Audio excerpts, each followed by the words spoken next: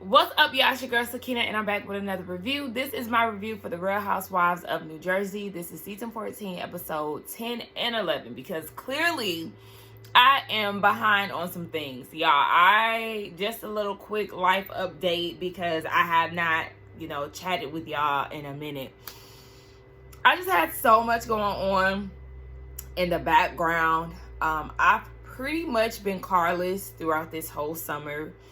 Because my car has been having issues. It's been having issues really since the beginning of this year. And it just kind of got worse over time. Putting money into getting it repaired only for it to have the same issues. And I just wasn't into putting money into something and it wasn't getting resolved. So at that point, I was like, okay, I have to get a new car.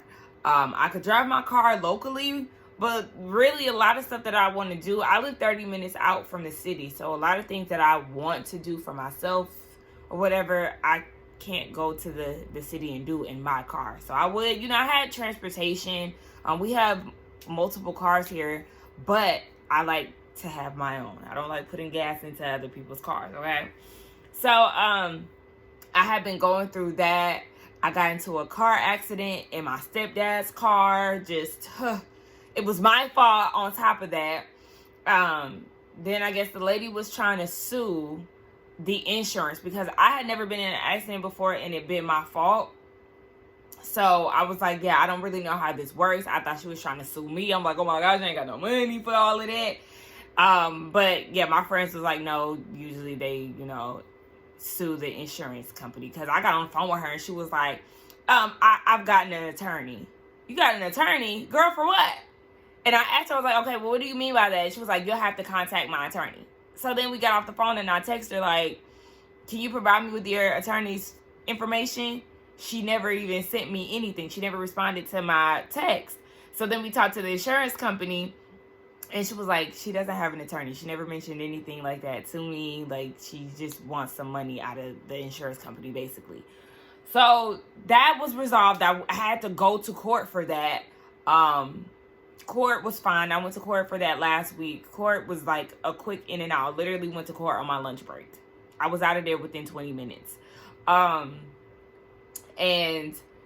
yeah, my face was still swollen and it's still, a little swollen on my left side. Y'all know I had that issue earlier this year. It started to swell up again. I think it's honestly my tooth, y'all. Because I had to get another CT scan last week. I had to get an ultrasound. Just all these things. And my doctor just feels like it's my tooth. And the tooth that she's talking about I actually need a root canal for. And there was just like a slew of other things that I just don't really feel like diving into. Just financials and things like that. So I've been very drained, to say the least, and I really wasn't focused on doing any videos. And when I did get ready to do a video, I had found out that New Jersey didn't even come on that Sunday. So yeah, that is what it is. Oh, I do want to tell y'all too, I did purchase a new car. I got a car on Sunday, so very grateful. I'm trying to, relax and take my stress levels down because I'm still a little tense. Just because of all the things that just have been happening back to back. But yeah, I'm making it. I'm getting through it. So just want to give y'all like a brief. Like I said, I didn't go into detail about everything, but it is what it is. So the episode opens up. This is episode 10. So it opens up with Marissa, that's one of my friends. Melissa with her mom and Joe. Her mom is 75. She's been widowed twice. And Melissa's really worried about, the stage of life that her mom is in. She's feeling like they need to be around her more and, taking care of her because her mom is forgetting things. And, with age comes things of that nature. But her mom looks very good for 75. She looks way younger. She looks like she's in her early 60s, if you ask me. But yeah, she just wants to be there for her mom. And she's also preparing to do another Envy fashion show. It's been years since she's done one. And that's because of COVID and all of that. But she's getting prepared for that. We then see Dolores have Margaret over so they can talk about what-ish Margaret has been talking to Jackie about Dolores and Paulie. And so Margaret is denying that she spoke ill about Margaret and Paul. But she did say after last year's reunion, Jackie sent her a video saying, look who's out with Teresa, talking about Dolores and Paul. And Margaret felt some type of way about that and was like, yeah, because Paul likes them more than he likes Margaret and Joe. And Dolores was like, yeah, no, that's not the case. Like, Paul would tell me to call you, and, you know, the call would go to voicemail. And it's really because Margaret felt some type of way about the reunion last season, and so she distanced herself from Dolores, and they didn't talk for weeks. But they got back on track, and everything is fine. But Dolores asked Margaret again, you sure you wasn't talking shit about me? You ain't say nothing about me and Paulie? And Margaret did admit that she said, had David been here, none of this would be happening. And Dolores was like, you damn right. Because I wouldn't be eating with David. He wouldn't be eating with nobody. That man didn't show up for nothing. So, yeah, he wouldn't even have the time to show up. You're goddamn right. But Dolores was like, yeah, she knows that Margaret talks shit, but she's been a good friend to her. She just needs to be mindful of who she talking to. Because, yeah, we already know Margaret, she liked the tea. She likes to run her mouth. The flashback showed it. So, you know, she probably did say something concerning the relationship. I feel like Margaret wasn't being 100% truthful in this scene. I do feel like she probably had voiced her opinion to Jackie about Paulie and him still being married and him not really doing what Dolores wants him to do, which is finalizing the divorce and proposing to her. I feel like she has voiced her opinion about that. She's just not being 100% honest. Danielle and her husband are having a conversation. They're getting ready to go to the Envy fashion show. Melissa is going to allow Danielle to be in the background just to see how the fashion show goes and everything. Danielle said that she wanted a headset. I don't know if she's going to have a big role in actually directing people in the back, but I would know she's going to be backstage. So they talk about how Jen is going to be there and how they haven't really seen each other. She also feels some type of way that at the Bougie Kids event that Teresa was defending Jen, and Danielle feels like Teresa really didn't go to bat for her and say, like, I know that you're not this type of person, blah, blah, blah, Danielle, in regards to Jennifer insinuating that she stole from Charity. But my thing is, Danielle, Teresa really don't know you like that. When it comes down to knowing somebody between you and Jennifer, she does know Jennifer more than she knows you. So she doesn't really know what you're capable of, and I'm just saying that because Danielle just got here last season.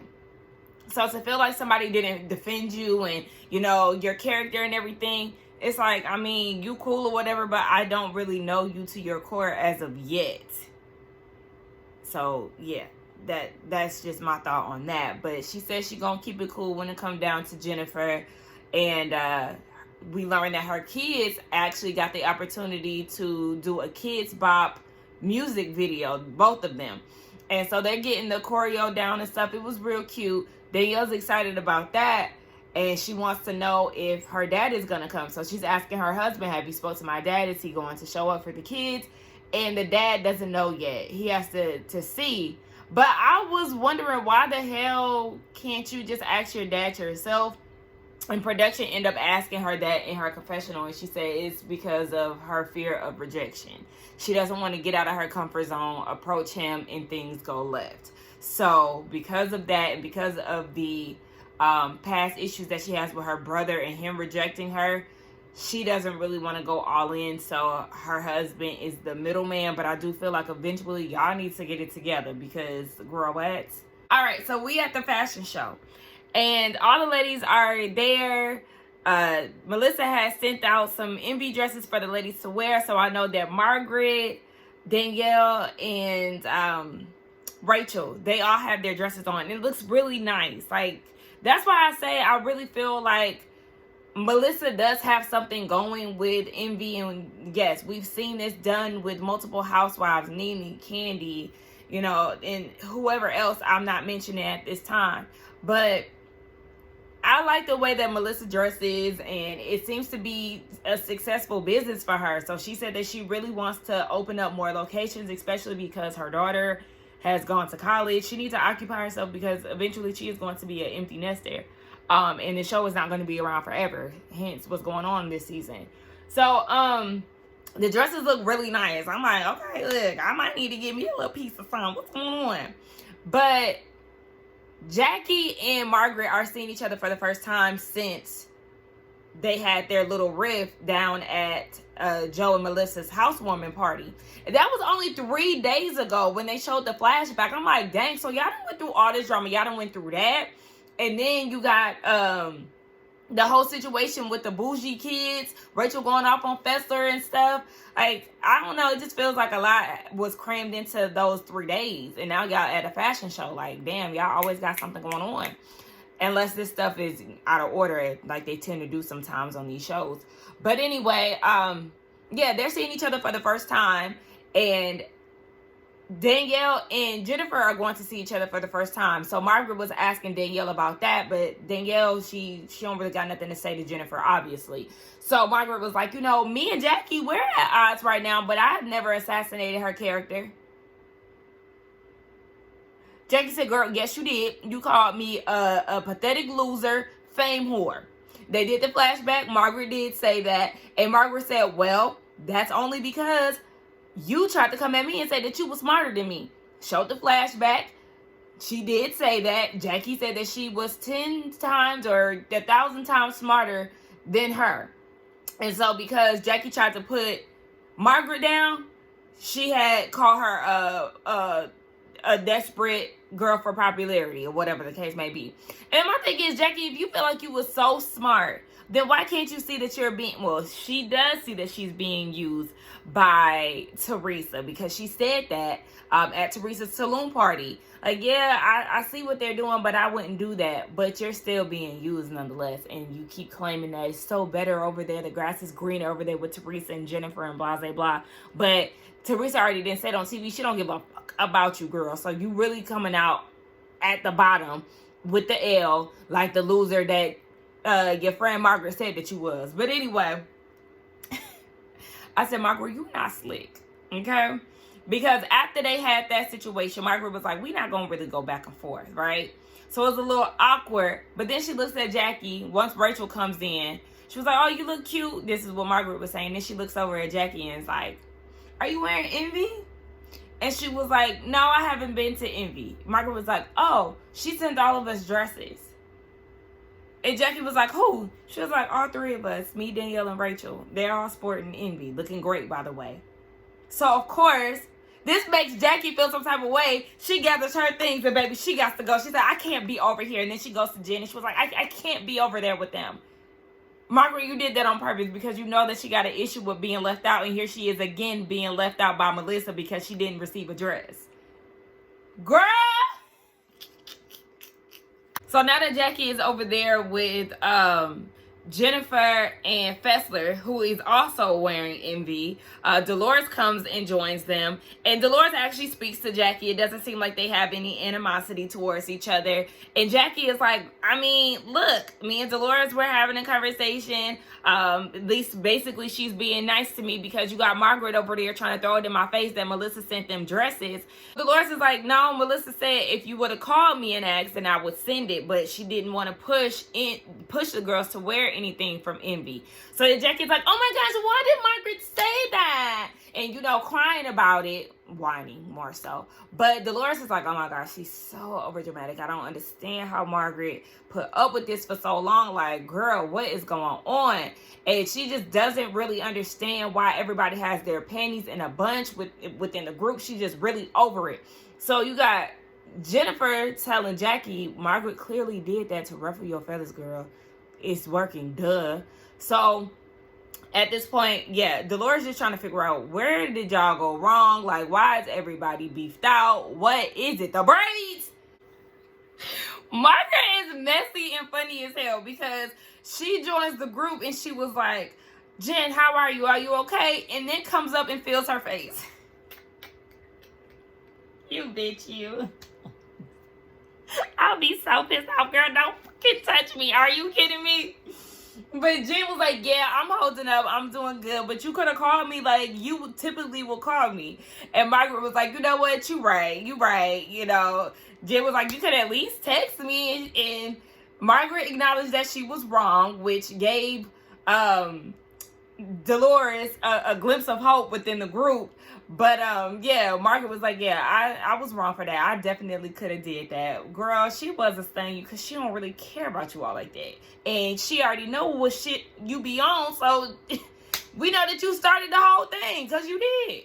And I forgot to mention, too, that the husbands, they have, you know, their little segment or whatever. But I did want to mention that Frank's dog ended up passing away. So that prevented them from going to Costa Rica and him proposing to Brittany. So, you know, the engagement is postponed. RIP to his dog. I know that is a lot to deal with. So I really felt for him in that moment.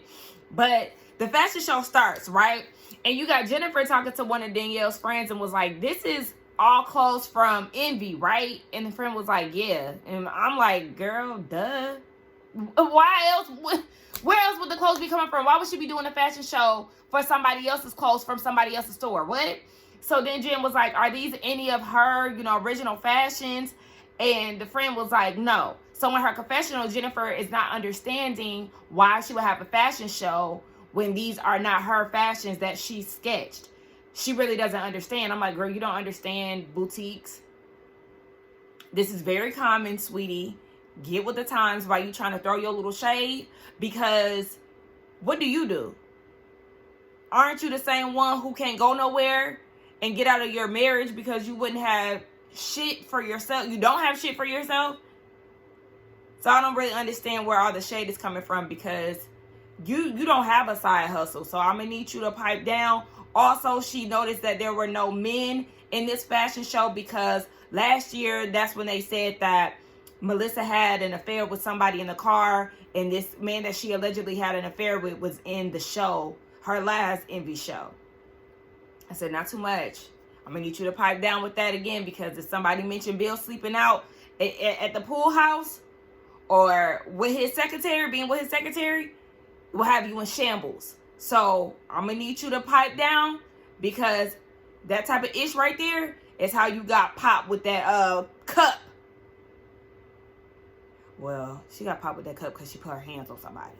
But nonetheless, keep them lips sealed, boo. Not too much. Danielle goes to the Kids Bop event for her kids, and they go through the motions of what they'll be doing and the roles that they'll be playing in the video. Her daughter, Valentina, will be the boss of the office, and then the kids come in and basically crash into their little office and do a little dance number and all of that. So it was really cute seeing that. Danielle looked really cute. I love the little ombre off the shoulder shirt that she had on.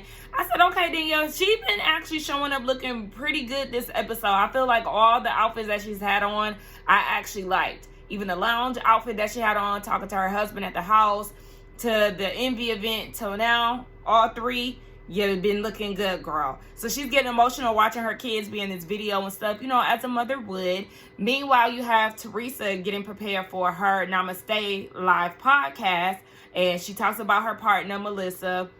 They met last year and they decided to do a podcast together. I feel like I got to know you a little bit longer before I do a podcast with you.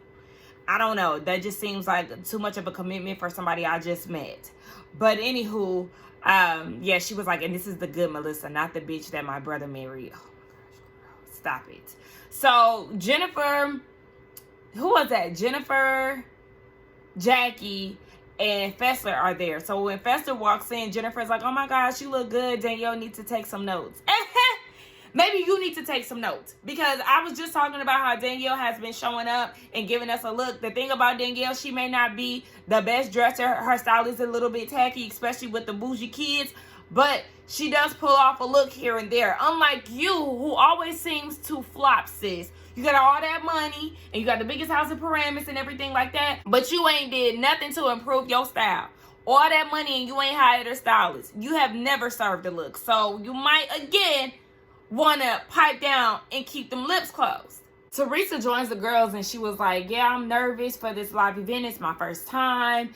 And Jennifer's like, yeah, every time I get on the phone with her, she's like very antsy, very stressed out because basically Teresa has this thing going on with Louis' ex in the background. They really can't speak on it. And Teresa's like, there's people amongst the friend group that have contributed to all of this mess. And you got Fester. Me? No, damn what you talking about, Margaret. So I just don't understand why she does stuff like that. Like, girl, it's not funny. It's not funny. Especially with you being Margaret's best friend, it's not funny. Please sit down.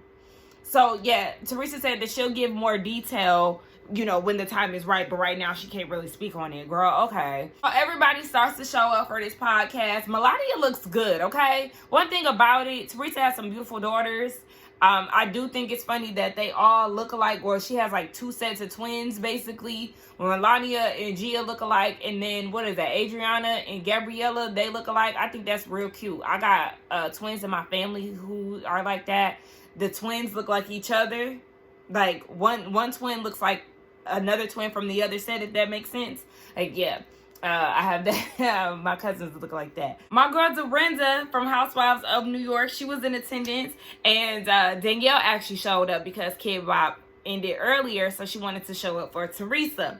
So once they catch wind that Danielle is there, Jen is like, oh my gosh, I was not expecting her to be here. And all of a sudden she's went into this victim mode. Meanwhile, she's seen her the day before at Melissa's fashion show. Girl, please have a seat and stop. She's talking to some woman and she's telling her the story about how Danielle attacked her and all this. You were the antagonist of this whole situation and you put your hands on her. So because you put your hands on her, she reacted the way that she reacted. And you can hear her clearly talking about the situation with this lady. Danielle and her friend hears it, and Danielle's friend is like, she just won't quit.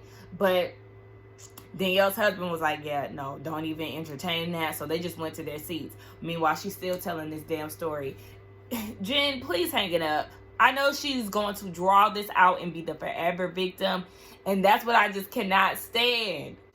Oh my gosh. And then you got Fessler. Teresa come out on stage and she only one in this little scene standing up clapping. You want to be her best friend, her biggest fan so bad. And it's just, somebody said that they feel like Margaret put Fessler up to this to basically infiltrate Jen and Teresa's friend group to get tea and all of this stuff. Maybe, I don't know. Maybe, I don't know, but maybe. Because she going real hard and it's weird. The theme of Teresa's podcast is finding your peace or something like that. So she wants to read her diary to the crowd, and she was saying that she was brought up to value family, but some people don't have the same values, yada yada. We already know that's a dig towards her brother and Melissa. So you got somebody in the crowd like, you're doing great, girl, cheering her on, all of that stuff. The tree huggers are definitely in attendance. So they go to the back, the ladies of the cast, and they were talking about, the podcast and all of that, and how Danielle showed up and Teresa wasn't expecting her to be there, and how the podcast was hosted in a church. And Danielle was like, well, I'm surprised it didn't burn down because you here talking about Jen. And Dolores is like trying to redirect the energy, like, this is about Teresa. Like, we're not really doing that here. And so Danielle was like, yeah, this is your night, Teresa. I was like, if it was your night, then why did you have to say that? I mean, you don't owe Jennifer anything, but just keep the peace for right now because now is just not the time. So they end up leaving, or Danielle ended up leaving out, and she was like, you look like shit, by the way, talking to Jennifer. And she walks out. So Jackie is asking Jennifer what was said, and Jennifer, reiterated, she said that I look like shit. And Jackie's like, oh my gosh, like, being super dramatic about the shit or whatever. But everybody is pretty much just trying to move past the whole thing, not really feeling what Danielle said to Jennifer, blah, blah, blah. So Jennifer is feeling some type of way because she was like, none of y'all said anything to defend me. And then she started talking to Teresa and was like, you sitting here defending her. You want me to make up with this trash bag. That's what she was saying. And Dolores comes in and was like, don't talk to her like that. Don't talk to her like that. I'm like, Dolores, where is all of this energy coming from, girl? I don't understand why you want to be Teresa's guard dog so bad in this instance. Like, Jennifer can say how she feels about the situation and let it be that. Because Teresa was trying to be the middleman between Danielle and Jennifer in the midst of all of this. She wants them to make up. But Jennifer is like, no, that's not happening. No, we're not doing that. You got people that you don't want to, make amends with. This is my situation. So leave it where it's at. And in her confessional, Jennifer was even saying, like, I'm ride or die for Teresa, so I'm not understanding why she's not the same for me. Like, why is she trying to get me to make up with this woman? Like, it just doesn't make sense to her. So, yeah, Jennifer is voicing her irritation with Teresa, but Dolores wants to intervene and be this guard dog unnecessarily. Girl, pipe down, but I was with Dolores when she was like, Jennifer, you're a big girl. Like, you can handle this. Girl, you're not some meek person. You're very opinionated, and you already know that your mouth definitely gets you in trouble, so you can handle it, girl. You are not afraid of Danielle, so please stop. She might be afraid now once she realized how fast that reflex was, but girl, you are nobody's victim. Jennifer, give it up. Okay, so on to episode 11. I feel like I'm trying to hurry up, but I feel like this review is probably going to be an hour. I don't know. Hopefully not, but we'll just see. So it opens up with Jennifer with her two brothers and her sister-in-law, and they're just catching up with all the things that they have going on. I do remember that her brother did move from Turkey, and she got them an apartment and stuff. She said they're still there, but it seems like her brother is going to be spending his time in Florida as well, opening up some type of business. But she's catching them up on what she has going on and with Danielle, and so she's giving the rundown of the story. Again, she's trying to make it seem like the push that she gave Danielle was real light. Now the sister-in-law is eating up the story, like, oh my gosh, why would she do this? Like, but the brothers are just listening, like, oh, well, I'm sorry that you're going through this. Yeah, because I have a feeling that they know how their sister gets down, so none of this is a surprise. It doesn't seem like they're really putting any energy towards Danielle or really towards this whole situation because they know how their sister is. That's just what I got from it. But she also did voice that she's disappointed that Teresa doesn't have her back because Jennifer does not push Teresa to get along with people that she doesn't like, so she doesn't understand why she's doing that to her. And she said that she is going to have a sit down to explain how she feels. So I guess we'll see that at some point in this episode. Danielle goes over to Rachel's house. The kids have a play date and all of that. So basically, because Rachel didn't go to the Namaste Live podcast, Danielle fills her in on all the things that happened between her and Jen and how Teresa was trying to be the mediator, blah, blah, blah. So Rachel wants to get all the girls together at her house for a slumber party, with the exception of Teresa, because of course it's being held at her house and she does not want Teresa anywhere near her sanctuary. So, and the next thing we see Teresa talking to Gigi. Child. Gigi is one of my friend's nephews. Anyway, Gia. And Gia is practicing or studying for, school. She's being a lawyer. And Teresa's just very proud of her daughters, all that they've been through. They could have been, on a different path, but they're really go-getters just like her. So Gia's like, yeah, I know that you've been going through a lot, especially with this case with Louis. Apparently, his ex has been taking him to court for the past 3 years. The ex has gotten a restraining order on him because she's saying that Louis has been harassing her. And in her confessional, Teresa is talking about, you don't make lies up about people and try to ruin their reputation. Very rich of you to say that because you do that all the time to your castmates. So, girl, what's going on? But when it comes down to exes, especially like within a new relationship, I always feel like it's very weird for especially a woman to just like automatically take the man's side. This woman has experience with this man. You don't know full detail of what she's endured with their time, during their time of being together. So for you to be going so hard, I understand that's her husband at this point. So, that's what you do in a relationship. But I cringe every time I see a woman going so hard against the ex. I understand that there are some crazy exes in this world, so I'm not putting anything past anybody, but it just makes me instantly tense up when I hear women like going hard against the ex in defense of the man. Because sis, you don't know what the hell she's been through. Even when I've been watching OC, And Alexis going so hard for Shannon's ex. No, ma'am. Especially in that situation, because you've only been together with this man for like a good month, and you talking about, are you gonna believe a drunk who got a DUI? Girl, just because Shannon got into a car accident while drunk, driving under the influence, that does not negate the stuff that she's been through with this man. You only saying that because you got some new dick that you trying to throw in her face. Sis, be fucking for real. This is very... You're going a little too hard, girl. Please calm down, because you don't even know him for real. And when it comes down to Teresa and Louis, I highly doubt that the ex is lying, because Louis got that crazy look in his eye. And we've already seen that Dr. Jekyll, Mr. Hyde behavior of his displayed on this show. I don't put shit past that man. Oh, God. So Teresa saying she's just so stressed out. She's been having all these headaches. And, Margaret is a part of it as well. The case is almost closed. And she wants the ladies to see that Margaret has been hurting their family. So she's going to have her attorney talk to the ladies. Let's be serious right now. What has Margaret's communication with the ex? If she has been in communication with the ex, you're going too hard. You're doing too much.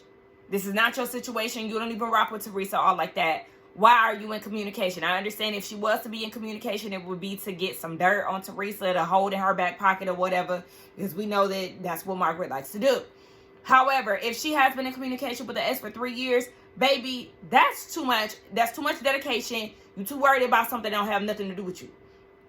2, if Louis has been in court with his ex for all these years, that really don't got nothing to do with Margaret. So I don't understand why you're trying to make her the focal point of this situation, because what is going on with Louis and the ex is between Louis and the ex and whatever they had going on within their relationship. Sis, y'all doing too much, Teresa. And Gia gonna have her mama's back, as she should. But, sometimes Gia has the logical standpoint. Other times it's just like, girl, what? I mean, y'all just doing too much at the end of the day. It's too much going on. And they talking about they'll see Margaret for who she really is, the girls within the group. But Teresa Good saying one, hiring blogs to attack the girls and everything else. You and Jennifer, y'all are not too different. So the Gorgons go over to Margaret and Joe's house to cut down this tree. That's funny, because we have some tree logs in our backyard. We had some men come over and cut them down not too long ago.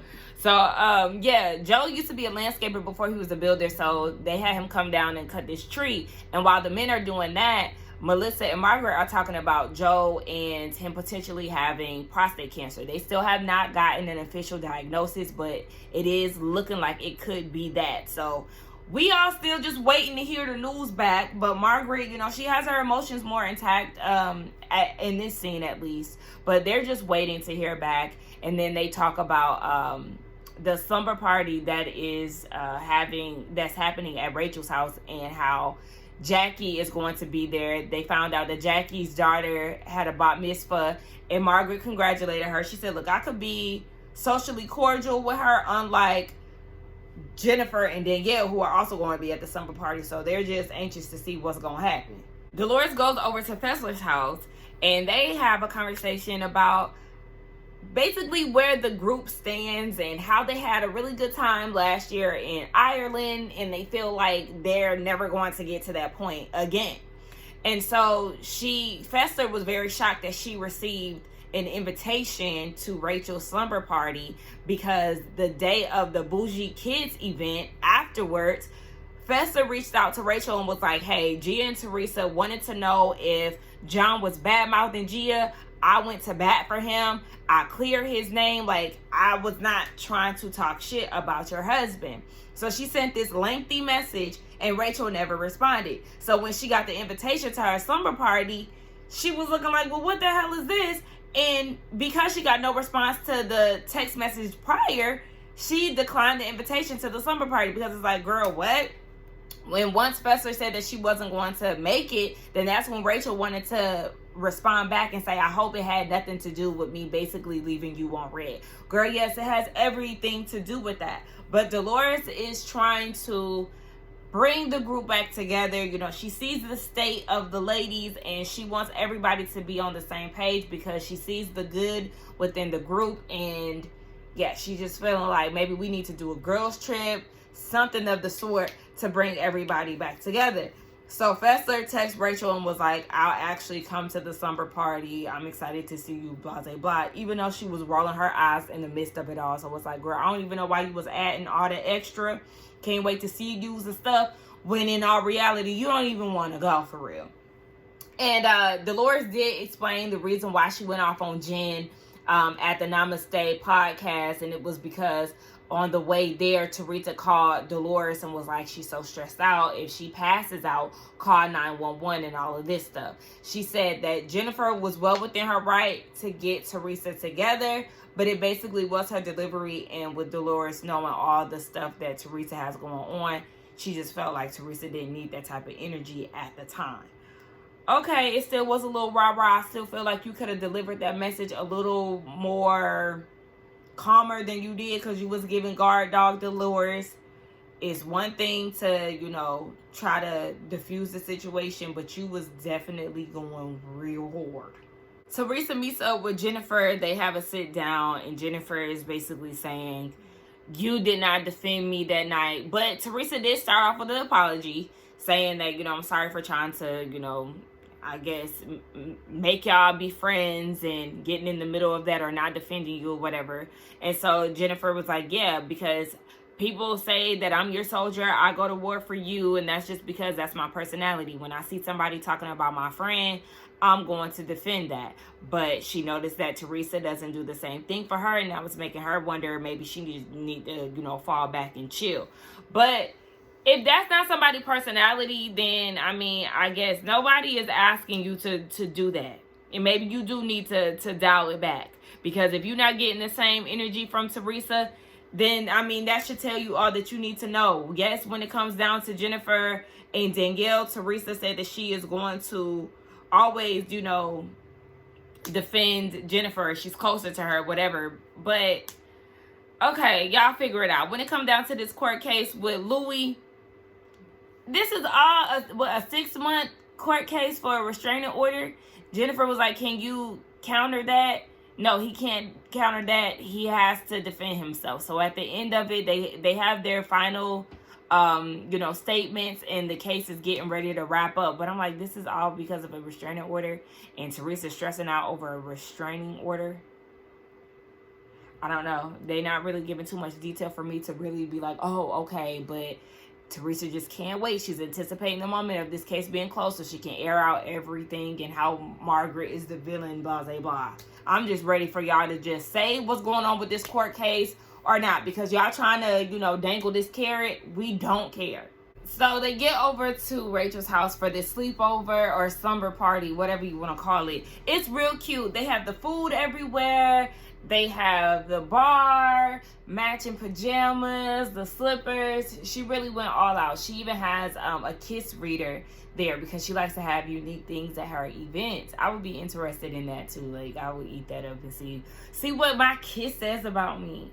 But because I do consider myself a good kisser. Anywho, all the ladies are there except for Teresa. And when Fessler gets there, Rachel pulls her aside immediately and they discuss, you know, their issues. Rachel says she just didn't like the fact that John and Teresa's name was in the same sentence. She was over it. She felt as if Fessler should have pulled her aside to tell her about that. And Fessler feels some type of way because after the event, Rachel left her on red and it made her feel dismissed and all these things. And so they apologize to each other and they just want to move forward. Fessler looked like she wanted to cry the entire time. I was like, girl, what's going on? But I mean, they ain't friends present day, so it really doesn't even matter. So Danielle gets there at last, and she brings in a cake that she baked, and she has all of the ladies that are in attendance on this cake. And then you have one to the far right that is basically damn near falling off this cake. Now the cake looks like her kids made it. And Margaret was like, is this person that's falling off the cake, is that Jen? Was this intentional? And she said no comment. So they start playing these games, you know, foot by the foot, roll by the foot, roll by the fruit by the foot, child. Then turned vegan and forgot about her little childhood snacks.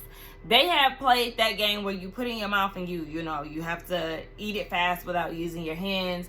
And then they did like some champagne flute shots. It's like a bong, but a champagne flute. And they were really having a good time together. So they sit down and eat. Dolores, well, they had penis conversation, you know, that always gets the girls giddy and laughing and stuff. So everybody's having a good time. And since they're having a good time, Dolores is like, well, me and Fessler, we talked about having a retreat to get everybody together. We understand that this group is broken, and so we want to bring each other together. A fake it till you make it situation. Once you start faking stuff, then eventually you come to like it. And Melissa was like, you know, that's the same thing that I experienced with Jen. You know, I actually do enjoy her, blah, blah, blah. So we already know that Jackie and Margaret are on the rocks.